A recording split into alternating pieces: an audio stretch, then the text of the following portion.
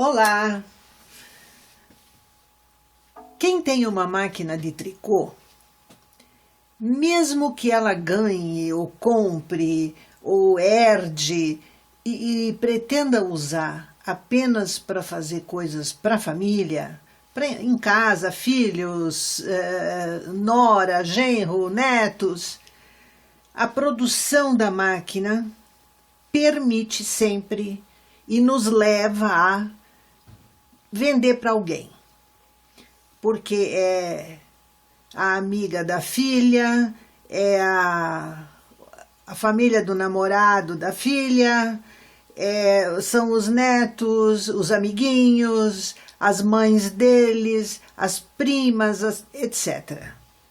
Então a gente acaba tendo um mercado doméstico, que eu digo doméstico no sentido de família e amigos próximos, que já é uma coisa assim interessante. Mas, por outro lado, a gente pode ganhar dinheiro com a máquina e isso fatalmente surge, essa ideia surge porque ninguém trabalha de graça. Você não vai fazer uma roupa para uma vizinha e, não, eu faço para ti. Tem o fio, tem a mão de obra, tem o tempo, tem o teu trabalho, tem o teu conhecimento, né? Então, fatalmente você vai ter que lidar com dinheiro. Isso não foi diferente comigo. Eu comecei a ser uma tricoteira doméstica. Filhos, marido, então chegou no ponto que ou eu não tricotava mais, porque todo mundo já tinha muita roupa, ou eu realmente tricotava para as pessoas próximas, amigos, e tinha que cobrar.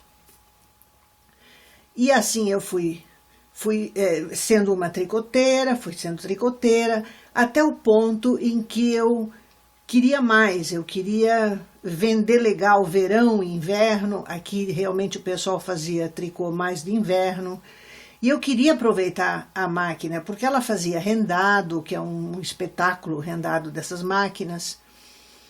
E como eu tinha uma casa de praia, a gente ia passar 3, 4 meses na praia, geralmente na época do verão, eu morava lá nessa época, eu levava a máquina junto, levava fios, levava tudo, até a mesa da máquina de tricô eu levava, porque eu amava tricotar. E eu comecei a fazer conjuntos de short e blusinha, bermudinha e blusinha, e vendia na praia. Não na areia, claro. Vendia tipo porta em porta, nas casas. Balneário Camboriú, por exemplo, era um mercado fantástico. Tudo o que eu levava era vendido. Na época isso era permitido, ninguém se preocupava, os vendedores vendiam tudo de porta em porta. E eu ia de carro da minha praia até lá, porque a minha casa não era em Balneário Camboriú, era numa praia vizinha. Eu ia de carro, estacionava o carro, deixava tudo no porta-malas, né? E levava 1, 2 bolsas e ia vendendo.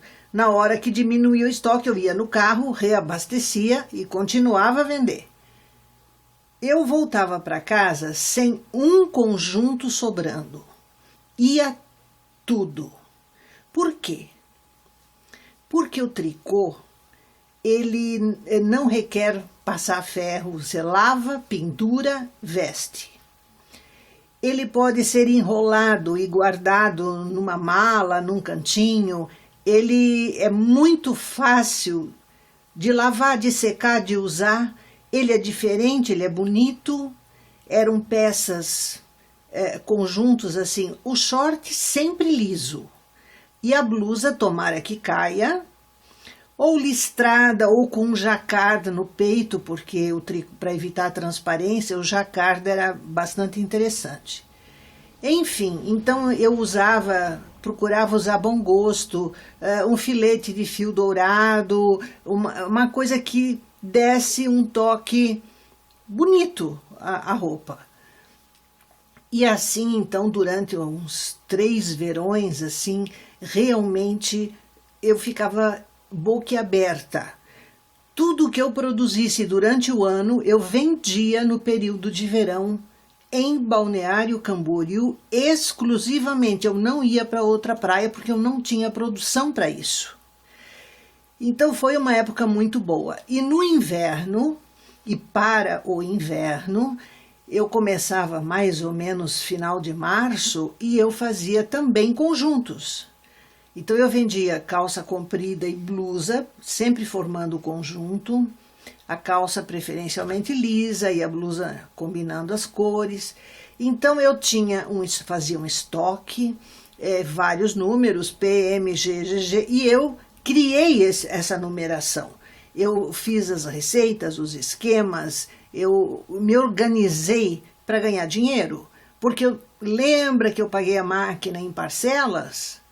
Então foi para mim um aperto enorme, eu queria repor isso, eu queria me ressarcir de tudo isso. Então o ganhar dinheiro é uma consequência natural quando você tem a máquina, aprende a usar ela bem, tem ousadia, não, eu vou treinar, eu vou tentar, eu vou conseguir. Eu consegui. Por que eu parei de produzir para fora? Por causa do Tricô Cursos. Porque ou uma coisa ou outra, não dá para fazer duas coisas bem feitas ao mesmo tempo. Fica complicado.